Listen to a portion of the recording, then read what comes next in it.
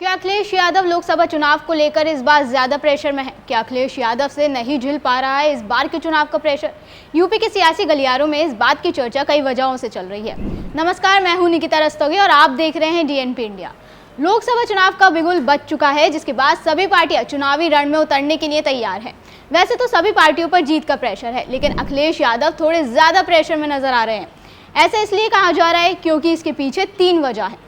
चुनाव को लेकर अखिलेश भैया इतने परेशान हैं कि वे एक बार में अपने उम्मीदवार ही तय नहीं कर पा रहे हैं। आपको बता दें, पिछले 60 दिन के भीतर अखिलेश यादव अपने 9 उम्मीदवार बदल चुके हैं। सपा मुखिया ने अब तक मुरादाबाद, मेरठ, बिजनौर, बागपत, बदायूं, मिश्रिख, नोएडा, संभल और खुजराहो में प्रत्याशी बदला है। यहाँ तक कि मेरठ, नोएडा और मिश्रिख और मुरादाबाद में तो 3-3 बार प्रत्याशी के नाम घोषित किए गए हैं और यही अखिलेश जी के प्रेशर की पहली वजह बताई जा रही है। सपा ने उम्मीदवार बदलने का सिलसिला तीसरी लिस्ट से शुरू किया। तीसरी लिस्ट में सपा ने पहले बदायूं से धर्मेंद्र यादव का टिकट काटकर शिवपाल यादव को मैदान में उतारा था और धर्मेंद्र को पार्टी ने उस वक्त आजमगढ़ का प्रभारी बनाया था, जिस पर अब चर्चाएं हैं कि शिवपाल यादव की जगह उनके बेटे आदित्य यादव को उम्मीदवार बनाया जा सकता है। इसके बाद सपा ने मेरठ, मुरादाबाद, मिश्रिख, बागपत और बिजनौर जैसी अहम सीटों पर भी उम्मीदवार बदलने का ऐलान कर दिया। वहीं सबसे ज्यादा ड्रामा तो मेरठ और मुरादाबाद सीट को लेकर देखने को मिला। मुरादाबाद में सपा ने पहले एसटी हसन को उम्मीदवार बनाया, लेकिन आजम खां के दबाव में आकर अखिलेश ने एसटी हसन का टिकट काटकर रुचि वीरा को टिकट देने का ऐलान कर दिया। इसी तरह मेरठ में भी पहले पार्टी ने भानु प्रताप सिंह को उम्मीदवार बनाया, लेकिन स्थानीय कार्यकर्ताओं के विरोध के बाद अतुल प्रधान को टिकट दिया गया। हालांकि आखिर वक्त में योगेश वर्मा अपनी पत्नी सुनीता के लिए सिंबल लेने में सफल रहे। कहा जा रहा है कि कम से कम 2 सीटों पर अभी और उम्मीदवार बदले जा सकते हैं, जिनमें बदायूं जैसी हाई प्रोफाइल सीट शामिल है। ऐसे में सवाल उठ रहा है कि आखिर अखिलेश एक बार में ही टिकट को लेकर फैसला क्यों नहीं कर पा रहे हैं। हो सकता है वो बीजेपी की जीत के दावों से कुछ ज्यादा ही घबरा गए हों। बहरहाल, ये तो थी पहली वजह। अब बात करते हैं दूसरी वजह की।